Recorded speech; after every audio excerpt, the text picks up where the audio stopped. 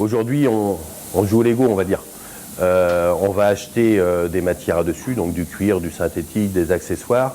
Les formes sont faites sur Cholet dans une société qui est spécialisée pour les formes. Après, les semelles viennent d'Europe généralement. Et puis les talons sont faits en local ainsi que les premières de montage. Et on rassemble un peu tous ces éléments. En moyenne, sur nos produits, il y a entre 20 et 25 éléments qui constituent une chaussure.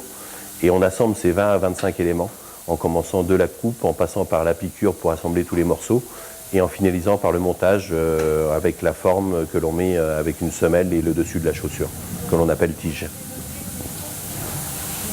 Aujourd'hui, on maîtrise le prototype et on fait également toutes les mises au point pour la production. On dit à nos sous-traitants, parce que ça reste des sous-traitants, c'est pas du sourcing, c'est pas du négoce, on dit à nos sous-traitants comment travailler.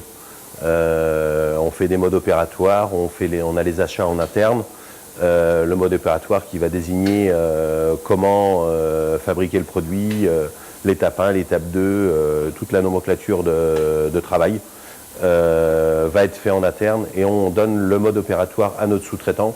C'est seulement de la façon qui est fait en externe. Toutes les matières sont achetées ici, à Saint-Germain. Tous les cuirs repassent par notre plateforme logistique pour le contrôle, afin d'être mis en production. Les outils sont mis au point également en interne.